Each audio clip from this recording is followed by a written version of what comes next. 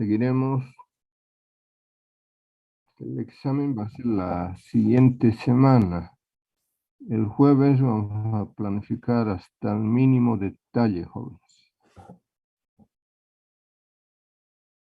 Y hasta septiembre solo nos quedaría octubre. Noviembre hay que tomar tal vez, pero en octubre voy a intentar acabar. Estoy posponiendo un viaje, ¿no? Pero voy a siempre encuadrarme en el tema del cronograma. Tampoco se trata de quemar etapas. Después del examen, inmediatamente empezamos con los trabajos por grupos. Entonces, vayan tomando las previsiones del caso. Este examen va a ser no tan fácil, pero va a ser muy accesible. Por el Día de la Juventud va a ser accesible, pero eso no quiere decir que sea regalado. Ahora sí, este examen lo voy a hacer razonar. La microeconomía tiene dos componentes: análisis económico y el razonamiento, ¿no? Sobre determinados supuestos que siempre se dan en la economía tan venida menos a nivel mundial, ¿no? Y va a pesar la asistencia. Al momento solo son 89.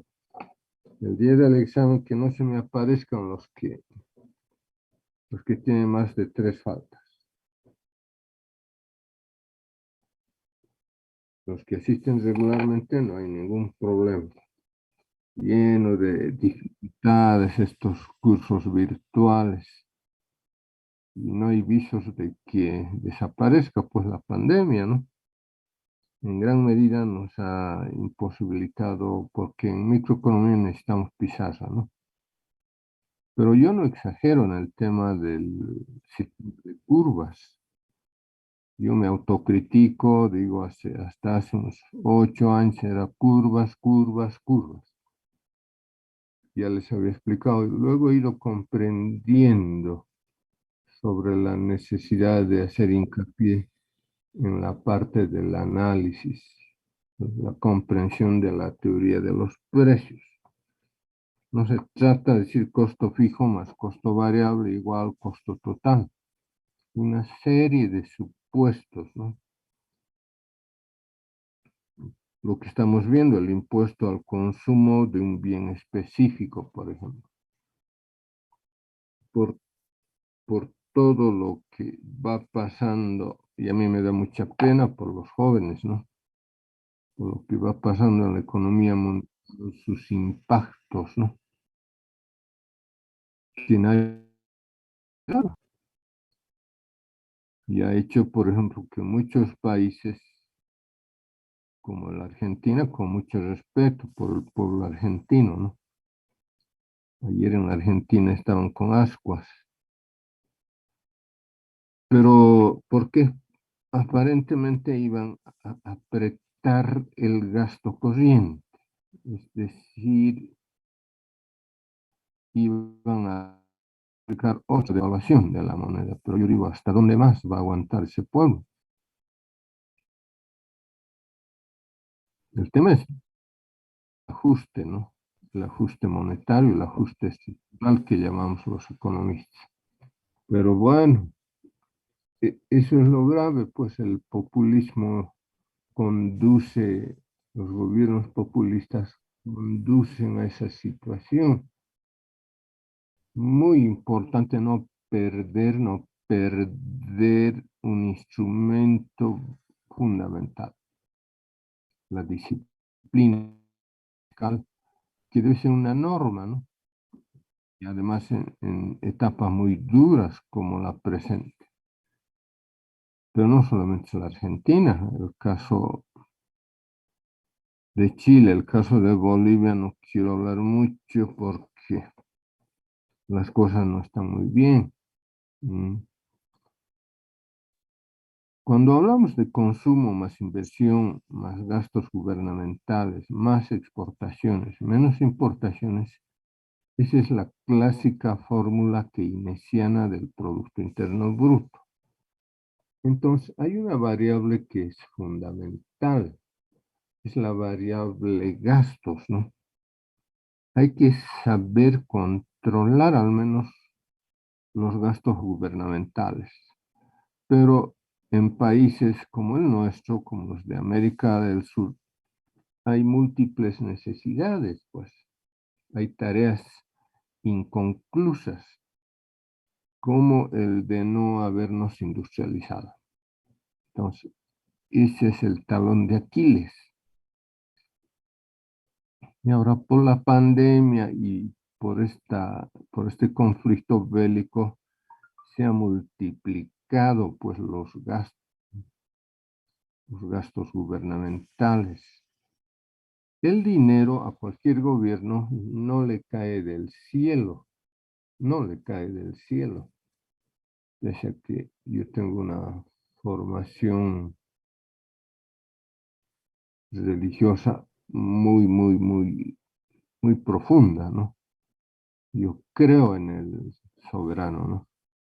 Pero no creo en los intermediarios. Bueno, entonces cuando sube el gasto en Chile, Brasil o la Argentina, cuando yo digo que hay que implementar una férrea disciplina, quiere decir que el Estado, cualquier Estado, debe manejar, pero con la más absoluta disciplina el gasto fiscal, porque el gasto fiscal se infla, se descontrola y nos lleva al déficit fiscal. Entonces, cualquier gobierno, Chile, Argentina, Bolivia o Brasil, está condicionado el gasto gubernamental que se llama gasto corriente. El gasto corriente es financiado por el sistema de impuestos internos. Ahí está el nudo central. Entonces, tiene que ser eficiente el sistema de recaudaciones. Aspecto muy importante, porque si no es eficiente, ¿cómo se va a cubrir el gasto corriente y el gasto gubernamental? En Estados Unidos o en cualquier país europeo, en América Latina, al menos debería de hacerse mucho hincapié, procurar en lo posible, sin recurrir a malabarismos, de equilibrar el ingreso fiscal con el gasto fiscal. Yo creo que acá en Bolivia no hay condiciones para implementar una reforma tributaria muy profunda, ¿no? Hay una desigualdad en el sistema de impuestos, pero lamentablemente el partido de gobierno, desde que subió, lo ha politizado el sistema de impuestos. Esto le estoy explicando, estoy utilizando el método de lo general a lo particular para llegar al impuesto al consumo, ¿no? El impuesto se discute, pero no se negocia. ¿Mm? Immanuel Keynes era un gran economista inglés, que en paz descanse. Muy partidario Keynes, muy lúcido para su momento, en darle una visión al sistema de impuestos. Hay un libro que él tiene, y yo lo guardo como un tesorito, porque de tarde en tarde lo vuelvo a releer cuando hay tiempo. La macrodinámica keynesiana. Y ahí él hace un análisis muy interesante sobre el sistema de impuestos, pero el sistema de impuestos está también condicionado a un buen programa económico. Cuando yo digo aplicamos el concepto de economía, cuando decimos hay múltiples necesidades y escasos recursos. ¿Mm? Debemos entender que un proceso de industrialización no se lo hace en un año, en 2 años, en 3, en 4 o 5 años. Eso depende.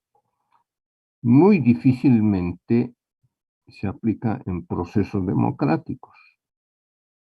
¿Mm?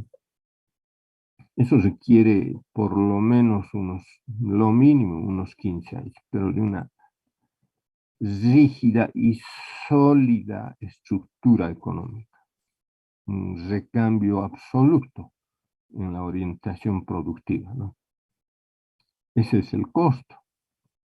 Puede que algún gobierno democrático lo pueda empezar, pero se le acaban los años y hay elecciones y entra otro gobierno. Entonces, y ese otro gobierno promete bajar impuestos, promete, cuando son múltiples las necesidades, incrementar el consumo. Entonces, no es válido. Para hacer un recambio, tiene que haber un acuerdo nacional, tiene que haber una conciencia nacional de que hay la necesidad de transformar la economía. Que se toca intereses, se toca, pues, ¿no? Para no alargar esta parte introductoria. Por ejemplo, en cualquier país, incluido el nuestro, es muy importante el sistema de recaudación, pero hay que ser justos en eso. ¿Mm? Cuando yo hablo de conciencia, la sociedad, todos nosotros deben ser conscientes que, bueno, vamos a pagar impuestos y estos impuestos tienen que ser administrados correctamente. ¿Mm? Y hay veces eso no ocurre. Y ahí está el problema, ¿no? Ahí está el problema. Así, primero que siempre para la parte de impuestos hay que ver la parte siempre del modelo económico. Uno no puede sustraerse al análisis macroeconómico. La política fiscal es parte de la macroeconomía. La política monetaria es parte de la política económica. Entonces, tanto política monetaria como política fiscal son los instrumentos que tiene cualquier gobierno. La- lo que estoy analizando es la política fiscal. Esa política fiscal debe ser capaz de recaudar dinero internamente y ese dinero debe cubrir el gasto corriente y el gasto gubernamental. Y si no lo cubre, aparece el déficit fiscal. Entonces, para cubrir el déficit fiscal, en el caso nuestro, yo les he dicho, prefiero yo hacer análisis microeconómico y macroeconómico que antes de hacer un análisis político, que eso lo hagan los demagogos, ¿no? Entonces, vean que tiene que haber una relación, pero insisto, los impuestos deben ser justos, tener el control de todas las variables. Muchos países, al momento incluido Chile, Brasil, etcétera, están con ese problema, ¿no? En el caso del Brasil, pronto son las elecciones y los candidatos se abstienen, obviamente, de mencionar este tema porque es tan delicado, ¿no? Muy difícilmente que en el Brasil el señor Lula o el señor Bolsonaro, al menos Bolsonaro, que es el que está acabando su gestión, muy difícilmente va a decir no voy a cobrar impuestos. No se puede mentir al pueblo. Del otro señor es un populista. El señor Lula cometió que lo juzguen los brasileños. Hubo un debate el domingo en el Brasil entre Bolsonaro y Lula y giró un poco la discusión en el tema de impuestos. El señor Bolsonaro, y eso es verdad, pues, ¿no? Lo acusó al señor Lula de que en su anterior gestión él y la cúpula de su partido están metidos en la corrupción. Grave, jóvenes. Sustraerle dinero al presupuesto estatal de un país es un delito, pero los políticos lo hacen. Y luego vienen los problemas, ¿no? Pero ya para concretar en el caso nuestro, si hablamos de universalidad de los impuestos, bueno,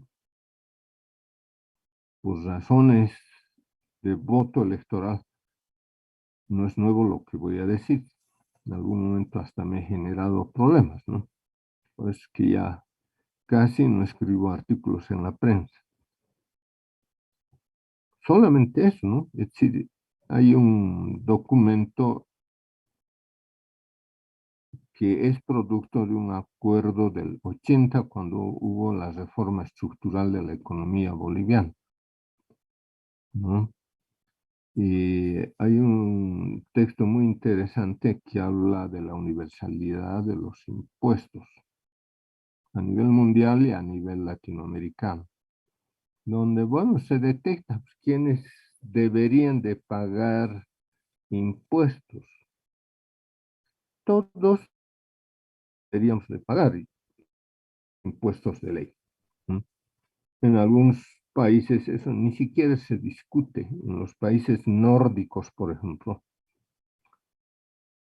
el impuesto al valor agregado llega aproximadamente al 45%, vean, alto, muy alto. Pero a cambio de eso, el gobierno de Suecia, de Finlandia, de Noruega, esos impuestos lo administran, pero religiosamente, si me permiten el término, y se traduce en mejor educación, salud, infraestructura vial, bueno, seguridad ciudadana. Todo. Entonces, vean, ¿no? Y el costo de vida, obviamente que está controlado ahí. Eso sí es administrar impuestos. Para que vean, yo le estoy comentando porque pronto seguramente ya van a llevar la materia de impuestos. No sé si es en segundo año o en tercer año. En el caso nuestro, al momento hay un desfase. Impuestos, cuando hablamos de impuestos internos, hablamos de todo el sistema tributario. Renta petrolera, renta minera, renta aduanera, renta consular. Clave, ahí tendrían que estar técnicos, profesionales, ¿no? Muy importante, no solamente para captar impuestos, sino también para captar inversiones. Pero bueno, el modelo no acompaña, pues, el modelo económico. Chile, como tiene embajadores jóvenes que en todo el mundo, que son expertos en comercio internacional. ¿Mm? Cómo han atraído mucha inversión que el actual presidente los está haciendo escapar. De que ha servido 30 años de una reforma económica muy interesante. Viendo ahora las cifras de Chile con mucho respeto, vemos que lo está echando por la borda este populista. Y hay fuga de capitales de Chile. ¿Mm? La tasa de crecimiento del PIB ahora ya es más lenta. ¿Mm?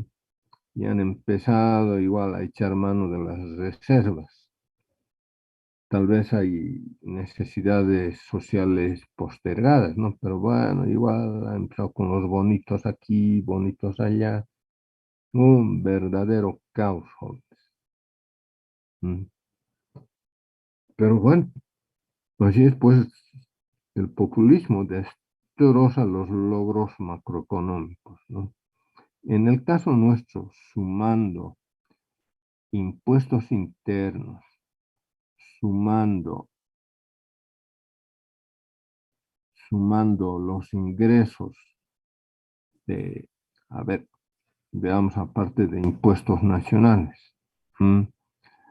sumando los impuestos aduaneros o los ingresos aduaneros, digamos. La aduana se creó para combatir el contrabando. El contrabando, ustedes saben, evade el pago de impuestos, ¿no? Bueno, sumando lo que recauda la aduana más impuestos nacionales de un 100%, apenas las recaudaciones de impuestos internos más la aduana apenas llega a cubrir de un 100% del gasto corriente del gobierno central, apenas llega a cubrir el 30%. Entonces, hay solamente en esa variable de gastos corrientes y gastos gubernamentales hay ya un déficit del 70%. Entonces, no alcanza el sistema de recaudaciones. El gobierno de turno, para cubrir ese déficit, está recurriendo al endeudamiento interno y al endeudamiento externo. Y eso no es, pues, eso no está bien. No está bien. Pero no es reciente. Esto, desde el 2014 se ha ido incrementando el déficit, es decir, el exceso de gasto fiscal con relación al ingreso fiscal. No era muy alto el 2014, pero ya apareció. El 2015 no lograron cerrar la brecha, siguió creciendo. El 2015, 16, 17, 18, 19, creció el déficit fiscal.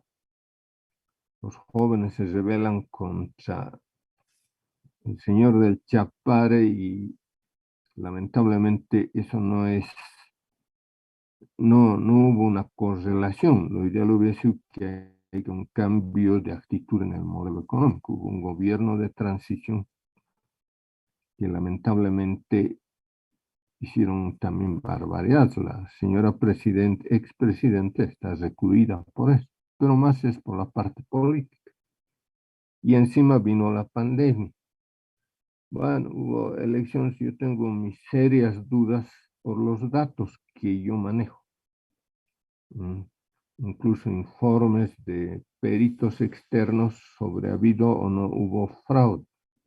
Bueno, el gobierno de turno niega esa opción, pero hay informes muy contundentes en organismos internacionales. Ya, mal o bien subió el señor Arce, pero él era el ministro, pues, de finanzas de todo ese periodo, 2014 al 2019, con breves intervalos, porque él estuvo con una enfermedad. Y luego ahora le acusa todos los males del mundo yo no le lavo la cara a la señora Áñez, que en ese gobierno de un año, que menganos, no, el déficit apareció desde el 2014. Ahí están los mismos datos del Ministerio de Economía. Con semejante pandemia se aceleró ese tema. Y al presente,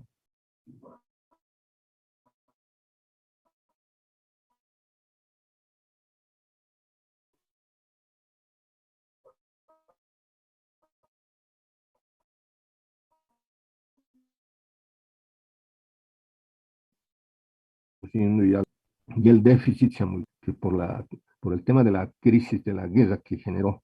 Los precios, ya saben ustedes, se incrementaron a nivel mundial. Entonces ya no alcanza el sistema de recaudaciones.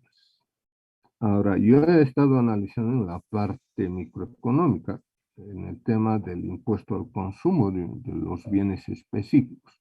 No se puede gravar a todos los bienes con impuestos, ¿no? Los países europeos han ganado mucha experiencia, demasiada experiencia, ¿no? No todos los países europeos, pero los más industrializados, ni qué decir de Estados Unidos. Entonces, un tema específico. Si hay un déficit fiscal aproximadamente para cubrir el gasto corriente y el gasto gubernamental de un 70%, pero es inexplicable que, que la masa de cooperativistas mineros, no solamente en la parte del norte de La Paz, sino de otras localidades, no paguen impuestos. El hecho de que sean cooperativistas por razones políticas, el actual gobierno ha dicho, no pueden pagar. Están exentos los cooperativistas, decía, de pagar impuestos. Pero echa la ley, echa la trampa.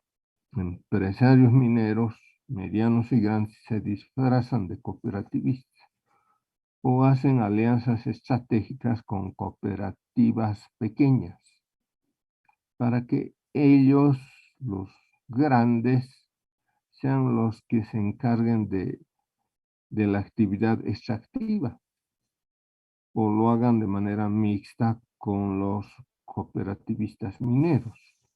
En todo el sentido de la palabra, el cooperativista, como no responde al sector formal de la economía, opera en zonas donde ya dejó de operar la Corporación Minera de Bolivia por diversas razones.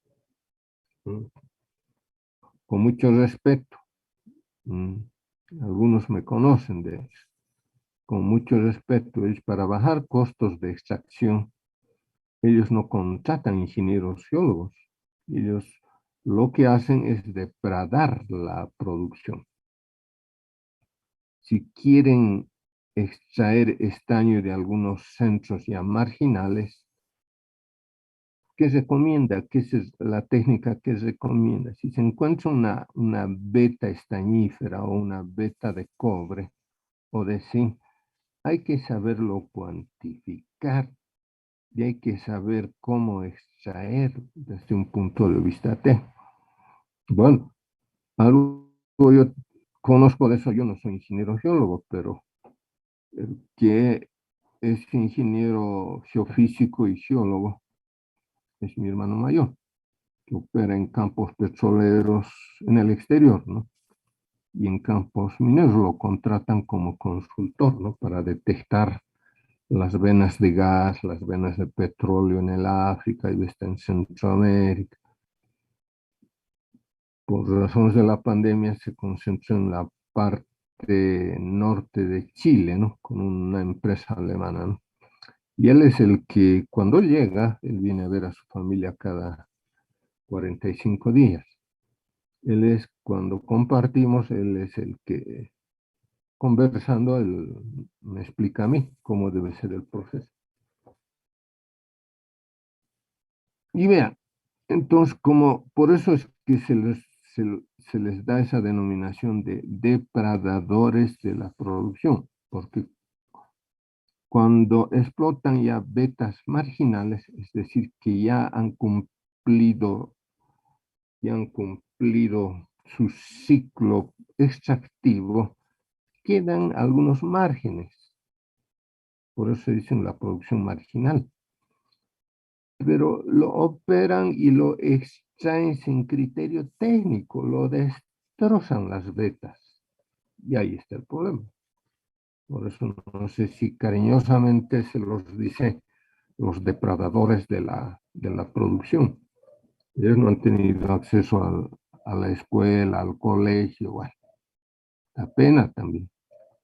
Por eso yo reflexiono y digo desde la vida republicana hasta el presente, ¿qué han hecho los descendientes de los españoles, ¿no? Los nietitos, bisnietos y toda esa corriente que quedó cuando Bolivia nació la vida republicana. Nos hemos olvidado que de la educación, clave educación, educación, sumar capacitación.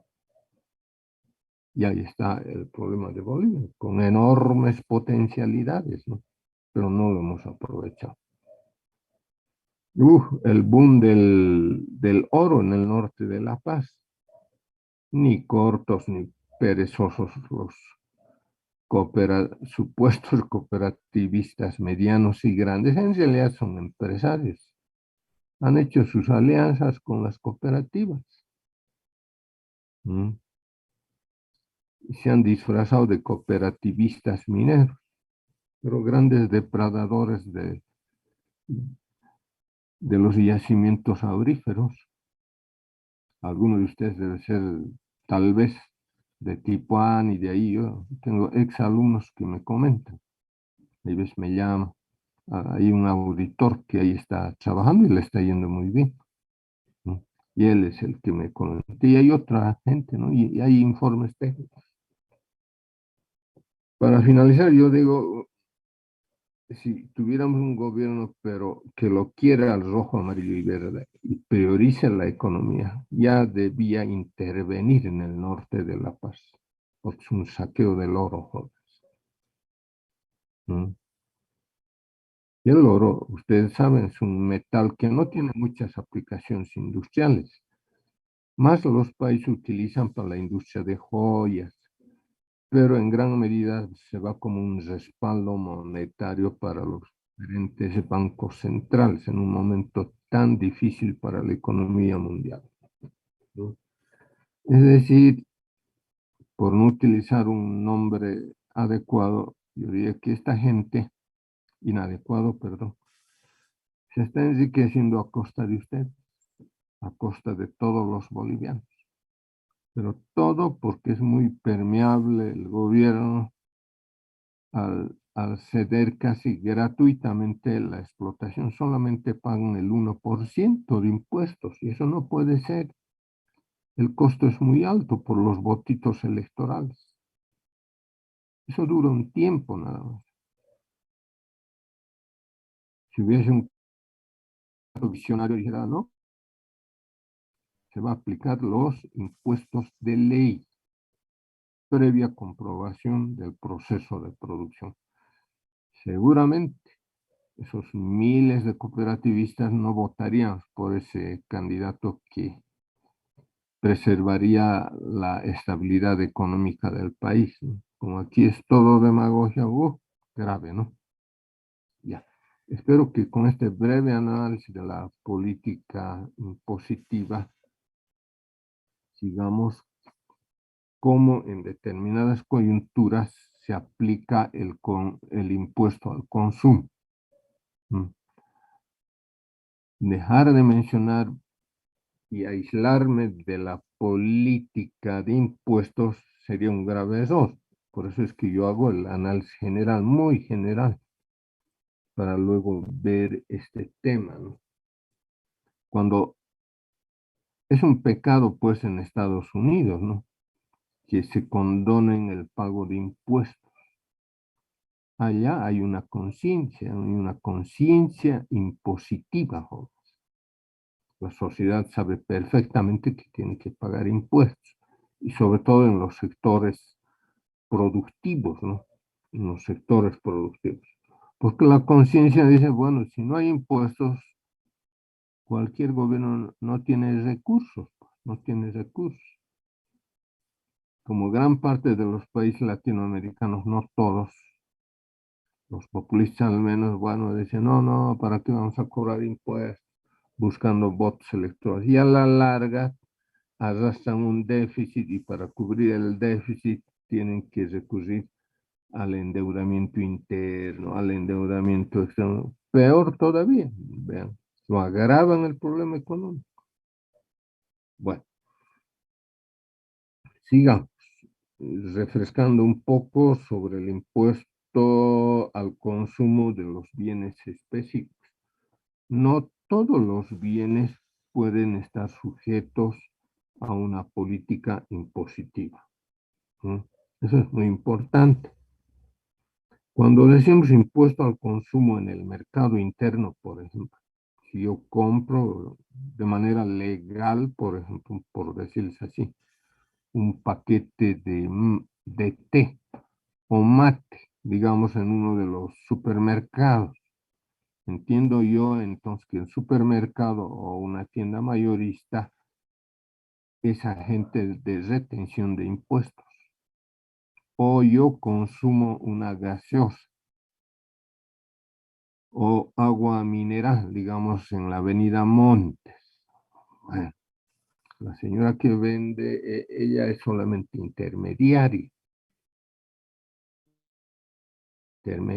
¿no? Porque el camión distribuidor de gaseosas o de aguas es el agente de retención. Y yo al consumir una botella mediana de agua, al comprar y al consumir, yo estoy ya pagando un impuesto indirecto. ¿Mm?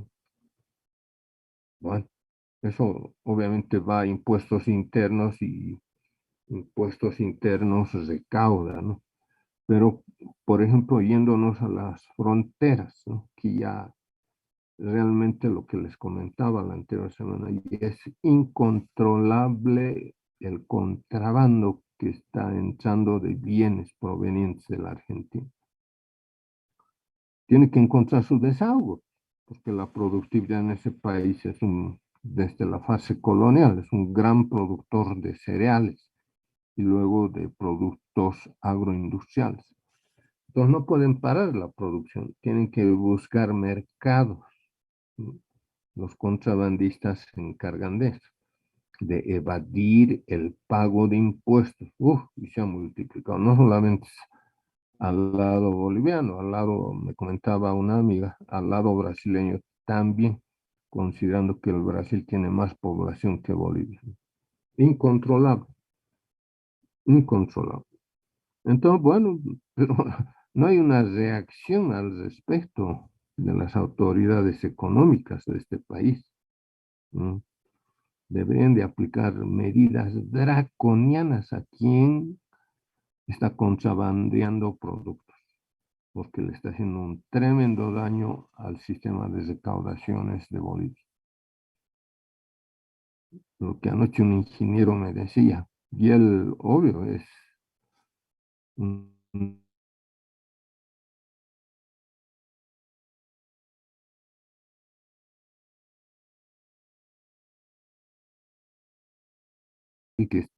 que trabaja en Santa Cruz, pero se da tiempito para dar clases en la Facultad de Ingeniería. Y él me comentaba al leer las noticias, me dice, mira, creo que ya el gobierno central ha perdido el control con todo lo que está pasando en el país, ¿no? Desesperadamente está recurriendo al endeudamiento externo sin planificación. Vean cómo un ingeniero civil se ubica bien, correctamente. Y es eso lo que está ocurriendo. Cómo se están multiplicando los hechos delictivos de la ciudad del Alto, que yo lo quiero mucho al Alto. Vean, los noticios ya tienen mucha crónica roja, pero ¿por qué se está dando? Por la crisis, joven, por la crisis. ¿Mm? Entonces, hay que ver pues todo ese contexto, joven, hay que ver todo ese contexto. ¿Mm? Pero bueno, el partido de gobierno más está en la parte política y para mí, y no solamente que ha perdido ya casi el control, la parte económica se ha descontrolado. ¿Mm? Ahora el gobierno tiene que sacar fuerzas de donde no hay y reordenar la parte económica. ¿Mm? Nos está endeudando con Mengano, Sutano para tapar los huecos fiscales, es decir, los excesivos gastos fiscales. Y eso no está bien, eso dura un tiempo nada más. Y no hay diseños de política económica de contención. Me acuerdo haberles dicho a ustedes hace unos 3, 4 meses atrás, ¿no? Ya debía diseñar medidas excepcionales desde el punto de vista macroeconómico y microeconómico. Entonces, no, lo deja laissez-faire, es decir, el dejar hacer, el dejar pasar. Y eso no está bien. Entonces, cuando hablamos de un impuesto o se aplica un sistema de impuestos al consumo, hay que saber a qué bienes específicos gravar con impuestos, porque no nos olvidemos, si lo generalizamos la política de impuestos, finalmente quien paga el impuesto es el consumidor, ¿no? Por eso yo había dicho cuando mencionaba el impuesto al consumo de un bien específico, decía que se trata de un impuesto que grava el consumo de un bien particular. Los impuestos establecidos, aunque no lo manejen correctamente, van, por ejemplo, a la gasolina, por ejemplo. Ahora que la gasolina se importa, vean, ya les he explicado, no vamos a darle vueltas al asunto. Es el gobierno central el que está subvencionando, yo les he dicho, el precio de mercado con el precio en este caso, al transporte. Hay una subvención directa. Bueno, grave, ¿no? Grave. Pero tampoco podría trasladar al precio final de venta, porque si lo traslada y quita la subvención, el gobierno de Luis Arce no dura ni una semana. Y ahí, ahí está uno de los problemas. Por eso es que no hay que perder el control de las variables macroeconómicas y microeconómicas. Constantemente hay que educar a la población, cosa que no se hace, ¿vean? ¿Mm? Entonces, puede haber algunos impuestos específicos con mayor valor, por ejemplo, a la gasolina, con mayor valor a los licores, con mayor valor, digamos, a los cigarrillos, para darles solamente como ejemplos, ¿m? En el tema del consumo específico. ¿M? Un impuesto al consumo pagado por los consumidores de un bien específico produce resultados un tanto diferentes que un impuesto al consumo pagado por los productores de ese bien. Pero por lo general, seguramente más adelante sus profesores en la parte de los impuestos tienen que explicarles, ¿no? Me extrañó a mí y yo solamente les comenté, yo soy muy ético en ese tema.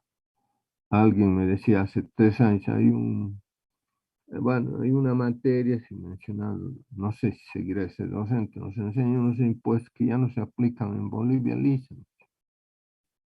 Lo defendí ese docente. Dije, bueno, pero eso te debe servir como experiencia, ¿no? Lo ideal siempre es explicar así con detalles, de manera pedagógica, ¿no? Bien, al futuro auditor, la variedad de impuestos que rigen en toda la estructura de la economía boliviana, ¿no? Yo lo grabaría con impuestos extraordinarios al oro. Dense cuenta del ejemplo que les doy. ¿Mm? Es un bien no renovable, es un mineral, bueno, que conceptualmente podemos decir casi estratégico, pero sin sin muchas aplicaciones industriales, ¿no? Bueno, y eso se viene arrastrando desde la fase primitivista al presente. Por eso cuando hay crisis económica mundial o hay un conflicto bélico, muchos países industrializados, muchas empresas o muchos bancos, hay veces por el temor a la pérdida de valor de sus monedas, hacen compras extraordinarias de barras de oro, como una especie de refugio ante una posible crisis, ¿no? Bueno, entonces, cuando hablamos de los impuestos específicos, eso hay que saberlo cuantificar en un mercado interno, ¿m? Para que no siempre el productor lo traslade directamente al consumidor. Por eso es que hay que saber diseñar, hay que saber reglamentar eso. ¿No? Solamente en condiciones poco usuales de la demanda y oferta en determinadas circunstancias, el gravamen de un impuesto al consumo de un bien específico o impuesto sobre el consumo es soportado exclusivamente por los compradores o por los vendedores. ¿No? Normalmente en algunos bienes primarios, eh, si se graba por un tiempo, por 8 meses o por un año, ¿qué hace el productor? Se da modos de trasladar ese impuesto al consumidor. Bueno, pero a nosotros lo que nos interesa es en las curvas de indiferencia, que nos permiten explicar cuáles son los movimientos de la oferta y la demanda en la interacción. Hay veces un exceso en un impuesto al consumo pagado, por ejemplo, por los productores, yo había dicho en la anterior clase, que puede ocasionar un desplazamiento de la curva de oferta, ¿no?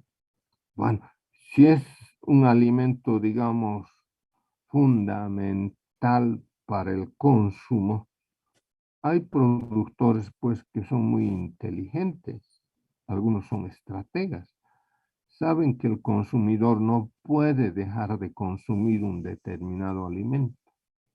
Entonces lo graban o lo trasladan, perdón, esa es la palabra, lo trasladan ese impuesto al consumidor. Y eso hace que se encarezca el precio, así sea porcentualmente. Yo había dicho en la anterior clase, en condiciones normales, un impuesto sobre el consumo pagado por los productores aumenta el precio. Y obviamente, al trasladarlo al mercado con un precio un poco más alto o más elevado, ¿qué es lo que ocasiona? Que puede disminuir la cantidad comprada, porque indirectamente es el consumidor el que está pagando, el que lo va a pagar ese impuesto.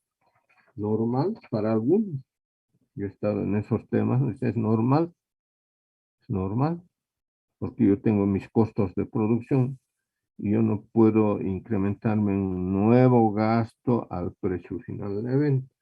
Ese porcentaje yo lo he calculado y dicen, bueno, yo lo he trasladado al consumidor. Bueno, por eso la política de impuestos debe ser tan meticulosa en su impacto. ¿Mm? El precio de equilibrio de un mercado puede puede verse fracturado por la aplicación de un impuesto. ¿No? Aunque porcentualmente diga yo, el productor o los productores digan yo voy a cubrir el impuesto en un 80% y el 20% lo traslado al consumidor. ¿No? Bueno.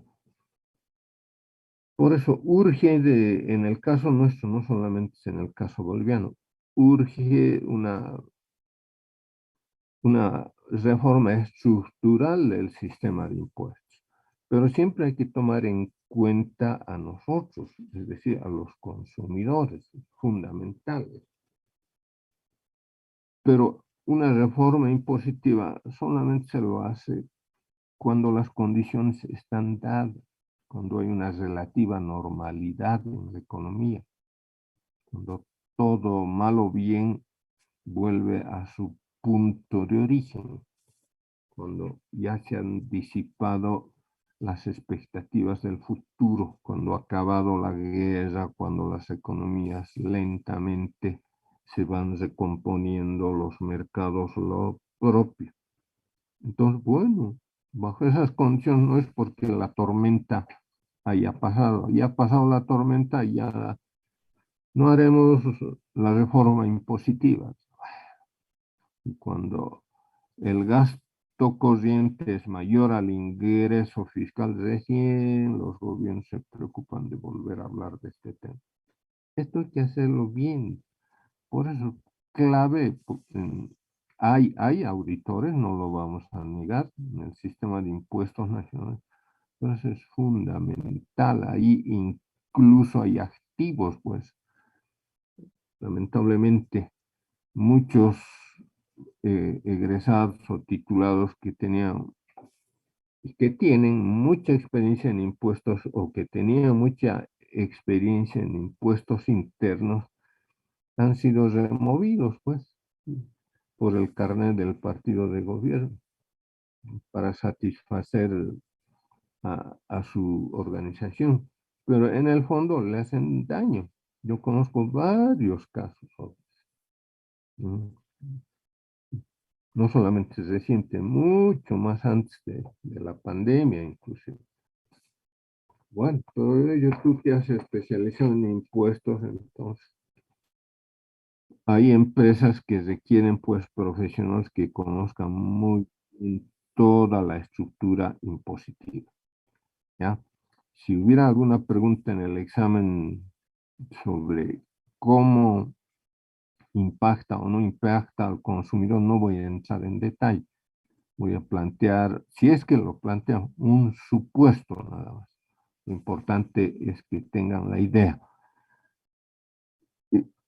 de cómo puede desequilibrar la interacción de la oferta y la demanda en un mercado. Bueno, entremos a la parte de las elasticidades.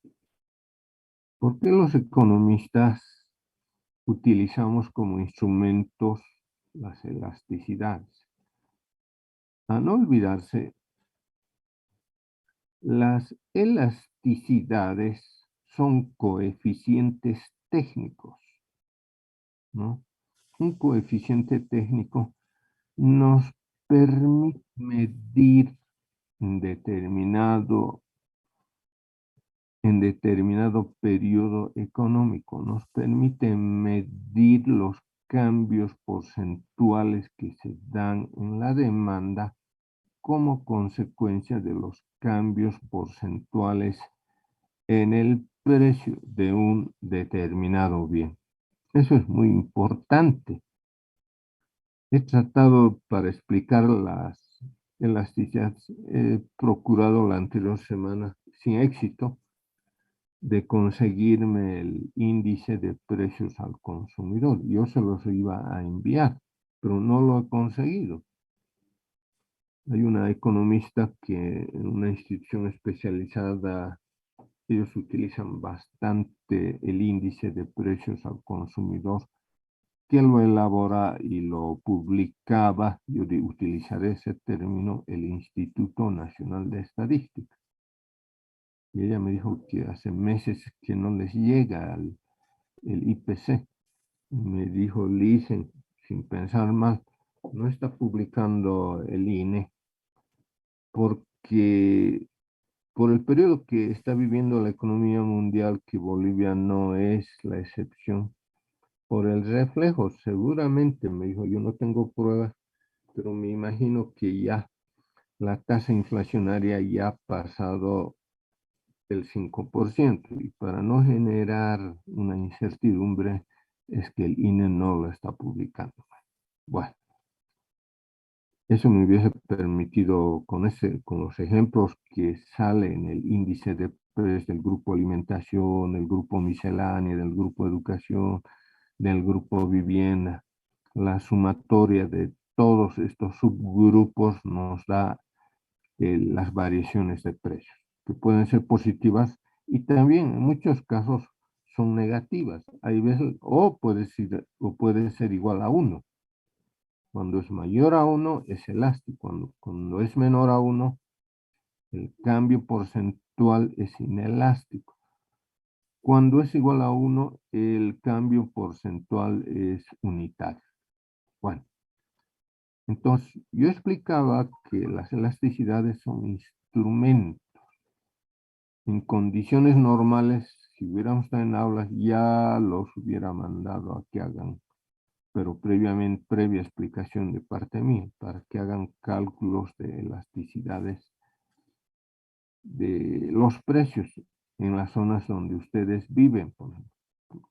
Al menos en mi materia estoy procurando que, para que mi conciencia esté tranquila, he procurado y sigo procurando que no salga mucho de su casa. Por ahí salen y, a ver, estoy yendo a cotizar precios, digamos, un jovencito, una señorita, digamos, del mercado de Villarella, digamos, ya aparece o hay algo, pucha, mi conciencia no estaría tranquila, ¿no?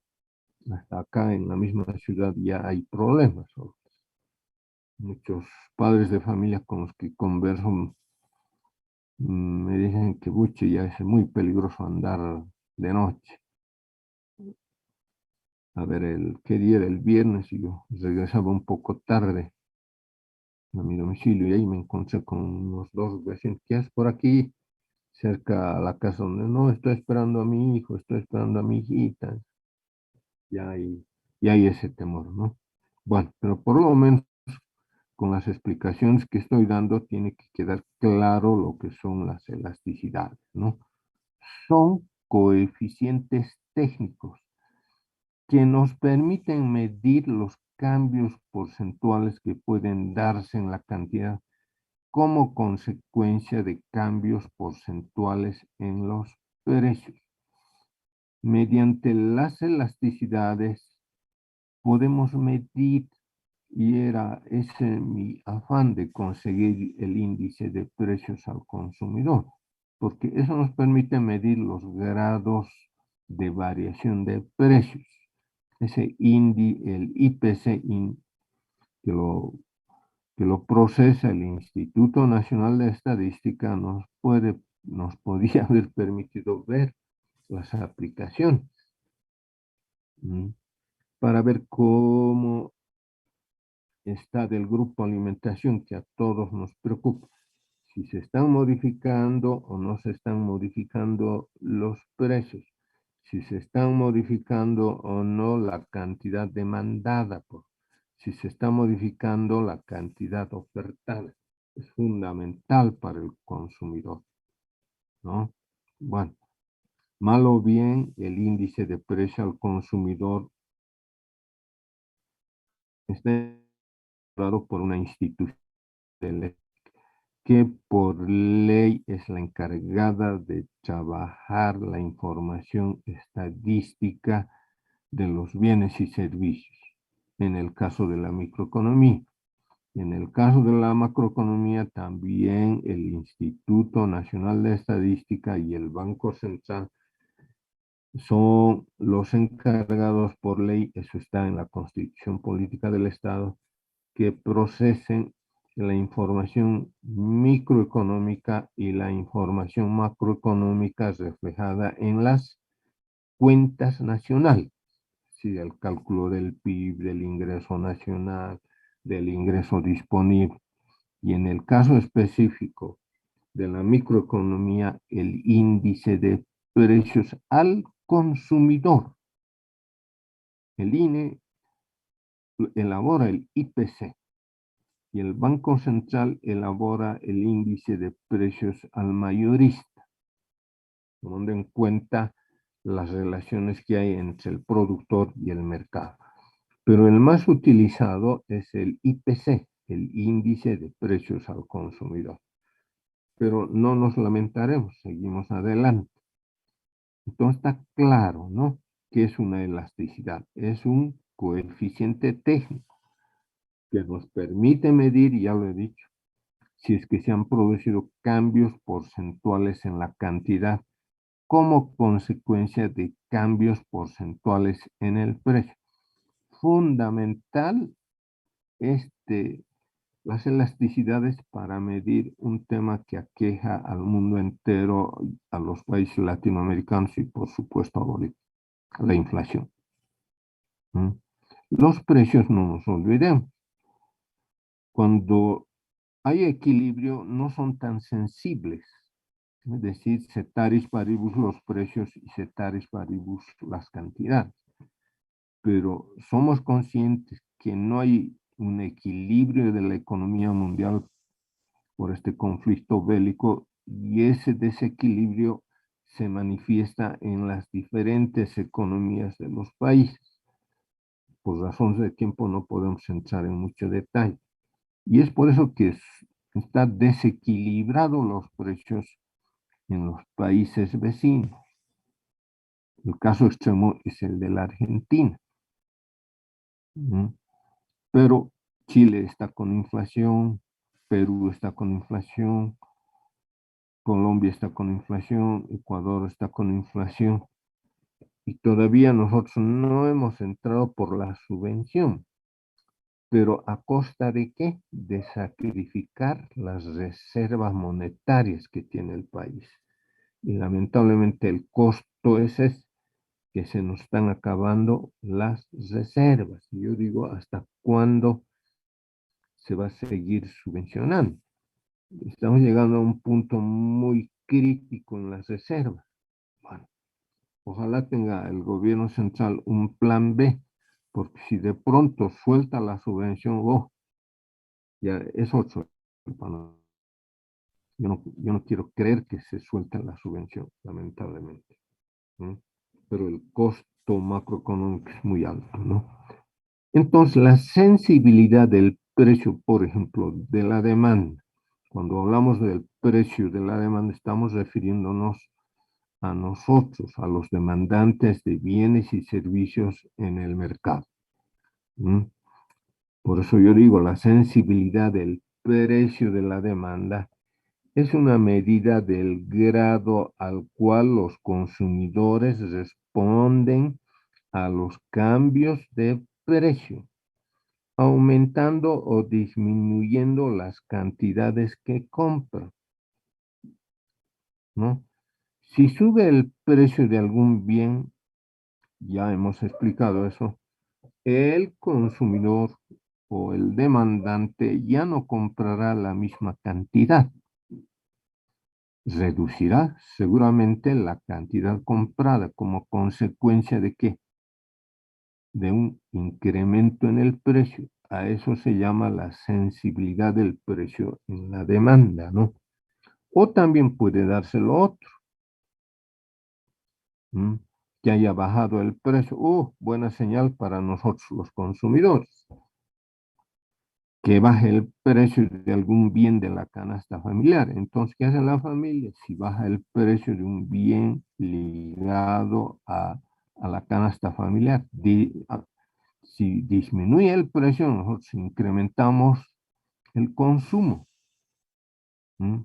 ¿Por qué incrementamos el consumo? Porque puede que haya bajado el precio. El único país que tiene deflación de precio, ya lo hemos comentado, es el Japón.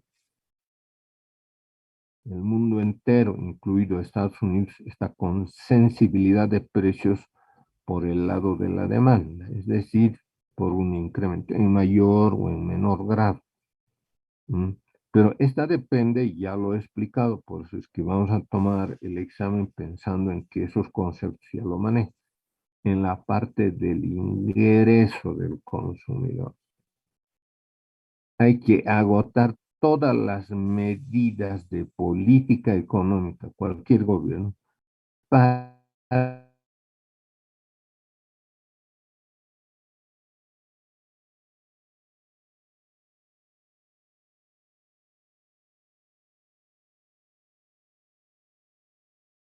de compra, la economía se devalúa la moneda y el ingreso del consumidor pierde poder de compra.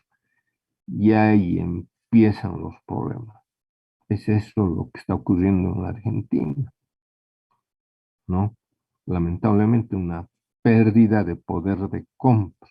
La anterior semana yo les había dicho que incluso se está dando un proceso monopsónico. ¿Qué es un proceso monopsónico en el precio, joven? A ver, cualquiera de ustedes, rapidito, el tiempo va volando. A ver, Xiomara Choque, no es examen, la señorita, a ver, o la señorita Gamarra. o la señorita Rivas, a ver, cualquiera de las señoritas nos ensayaremos para el segundo examen parcial por esas particularidades de la economía. Vean, yo teóricamente manejo, no lo voy a negar, es años que estoy en este tema, pero al menos de los últimos 20 años no se han presentado procesos monopsónicos en el precio. ¿Qué es un precio monopsónico? Teóricamente de memoria yo lo sé, pero en la realidad yo no percibí en Bolivia y en América Latina que se den procesos monopsónicos en el precio de determinados bienes. A ver, cualquiera de ustedes, para eso yo estoy, yo voy a aclarar, ¿no? Antes del examen, cualquier duda. ¿Qué será un precio monopsónico? Señorita Yomara Choque, la señorita Rivas. A ver, también puede Miriam Choque. Sí, Y licenciado. ya, Andrea Rivas. uy, adelante, niña. Tengo Ya, ¿qué entendido será un que monopsónico? el, el, el precio monopsómino es cuando existe solo un comprador para un determinado producto o servicio. Ya, pero a ver, estoy hablando de un precio monopsónico. ¿Quién impone el precio monopsónico? ¿El vendedor o el comprador? El vendedor, licenciado, Es un porque no precio hay demanda. monops- claro, monopsónico quiere decir que es el consumidor el que está imponiendo el precio. En un precio monopólico es el productor. ¿Ya? Valga la aclaración, señorita. En la Sí, licenciado, Argentina, por gracias. la vía del contrabando, está entrando mucha mercadería, muchos bienes de consumo. A tal punto se ha degradado con mucho respeto y cuidado, ¿no?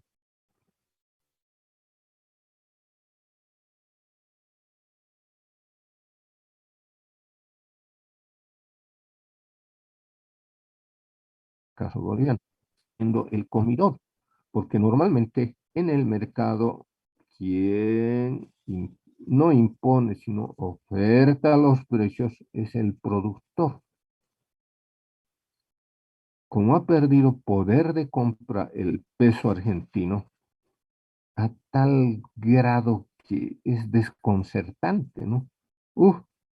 Es para una tesis, es para hacer una tesis, les digo. ¿Mm?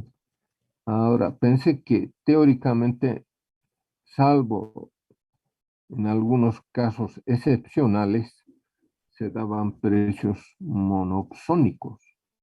Ahora se está dando.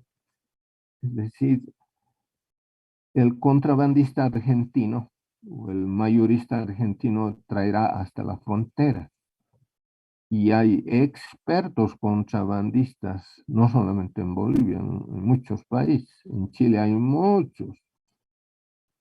Martes y viernes llegan los barcos del Asia. Y ahí traen computadoras, traen televisores, teléfonos celulares. Una ex alumna mía tiene una tienda de venta de teléfonos celulares. En la Eloy Salmón ella tiene. Mm. De tarde en tarde me sabe estar llamando.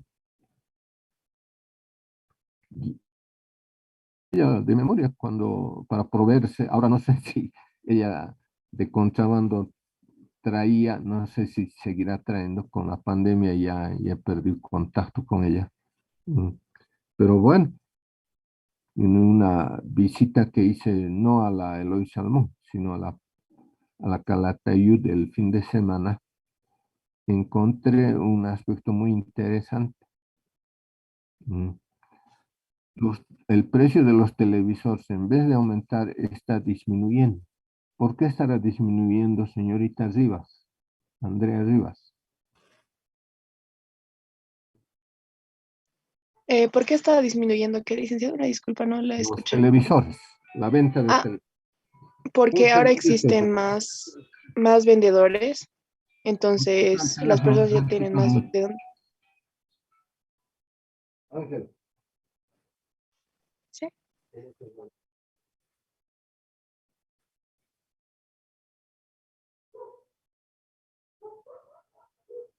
Enrique, él me dijo pues que él, pero te contaré lo que me dijo nada más, te contaré. Ah, bueno. Mm.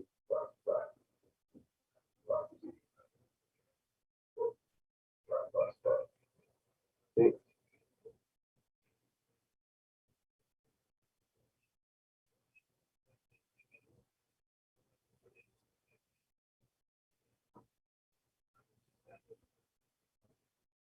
ya. Hoja. El Enrique. Ya.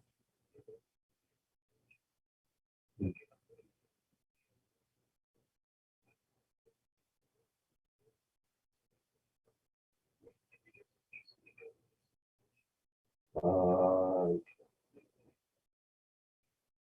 ya. O sea, rojo. Rojo es más antiguo que Rojas. Rojas.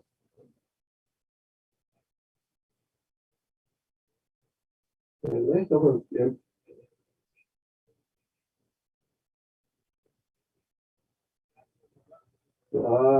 Rolando Enrique, el de administración. Ya,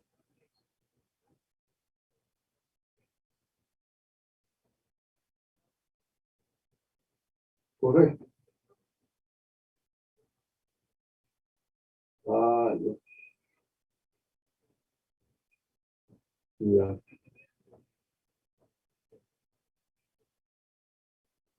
Mm, mm. Tú lo conoces al Enrique, ¿no? Al lugar. Dijo que yo le gané en el examen al Rojas y como este tal, este cual, ¿no? Como iba a ser. Antigüedad. Mm. Ah, ya. No le toca entonces. A Plumeo el lugar de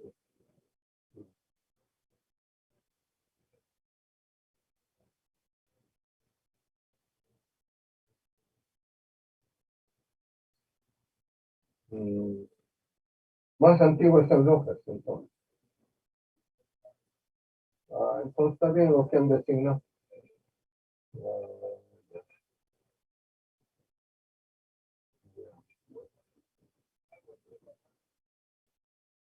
ya.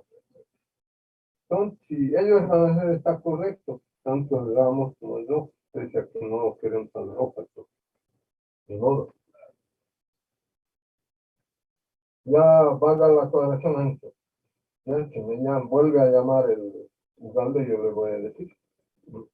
Pero ya se debe enterar también, ¿no?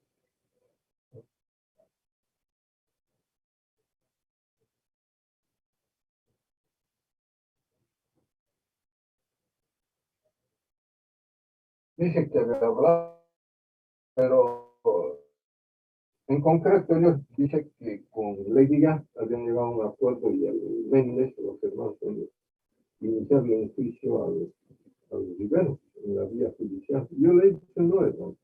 Primero tienen que agotar el factor interno y después va afuera el asunto. Así es, ¿no, Ángel?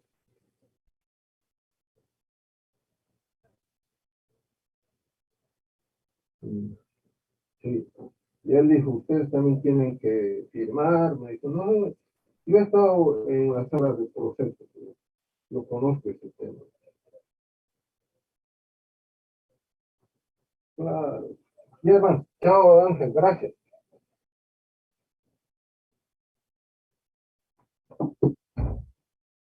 Ya, seguiremos a ver. Señorita Rivas, le he dado un ejemplo. Sí, ¿Cuál es licenciado. su respuesta microeconómica ante eso? que puede cambiar, ¿no?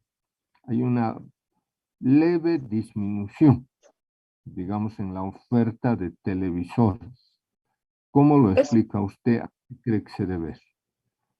es porque hay una escasez en la demanda, es decir, las personas ya no buscan tanto los televisores y por eso los precios están bajando o tal vez porque existe mucha oferta, un exceso en la oferta.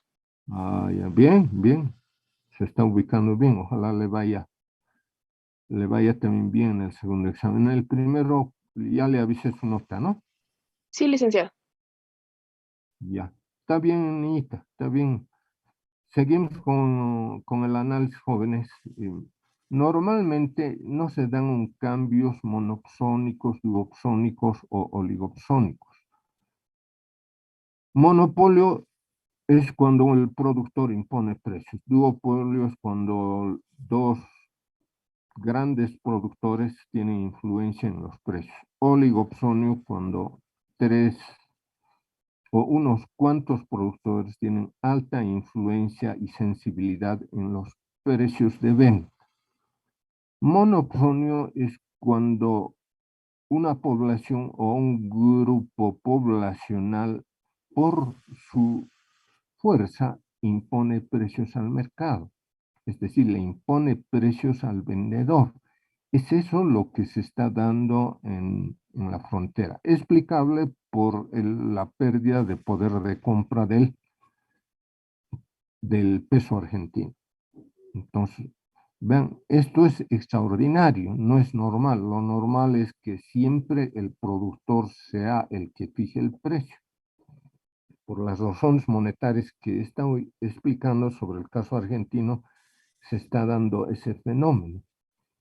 Que el que impone el precio al producto argentino que está entrando de manera ilegal, sin pagar impuestos al Estado boliviano, lo está imponiendo el mayorista, el contrabandista boliviano. Bueno, excepcional, obviamente que él va a ganar más que el oferente argentino por ese problema monetario de la pérdida de poder de compra por parte del productor. ¿Ya? Hecha esa aclaración.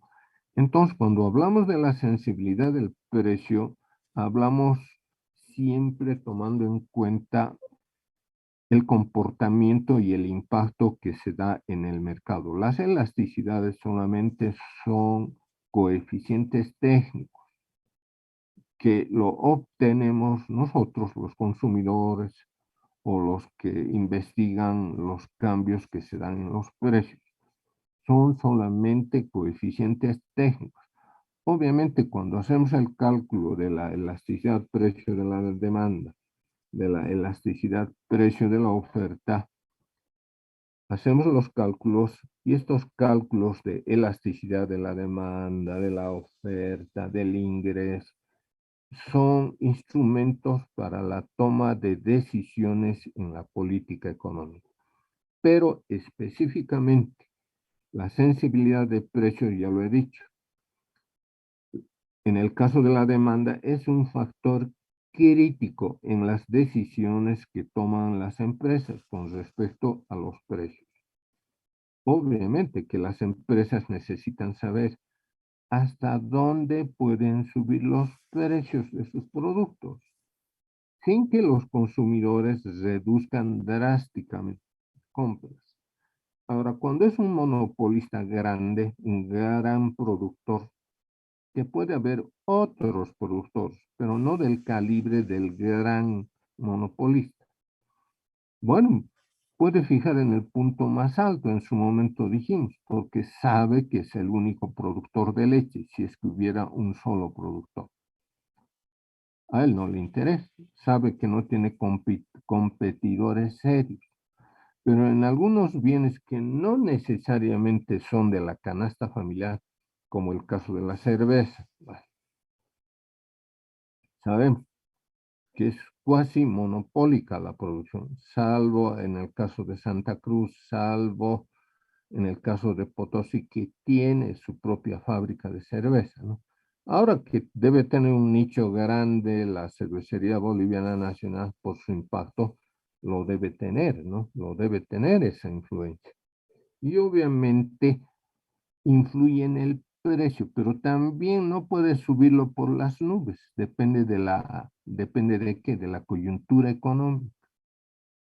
Quiero haberles comentado en el caso, por ejemplo, de los precios de algunos bienes que no son de la canasta familiar. En el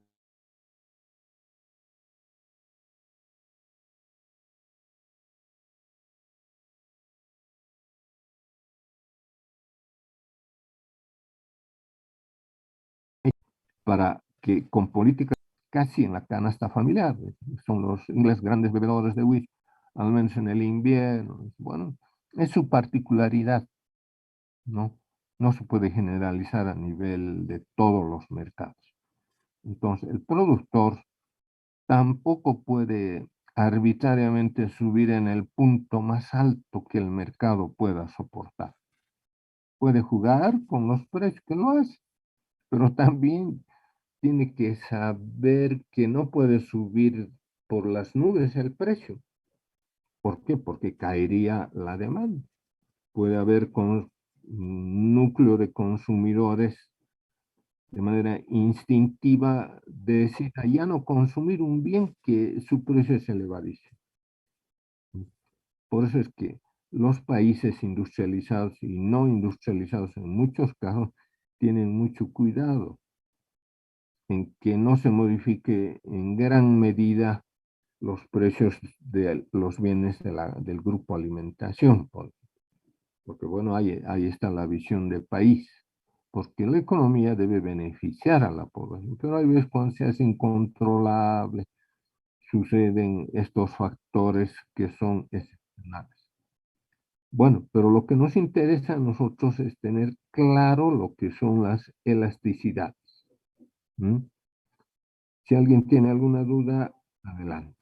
Lo importante desde el punto de vista de un cálculo de la elasticidad precio, por ejemplo, de la demanda, es ver a cualquier gobierno de turno le interesa saber cómo anda el comportamiento de la elasticidad precio de la demanda. Es muy importante considerar ese aspecto para la toma de decisiones, ¿no?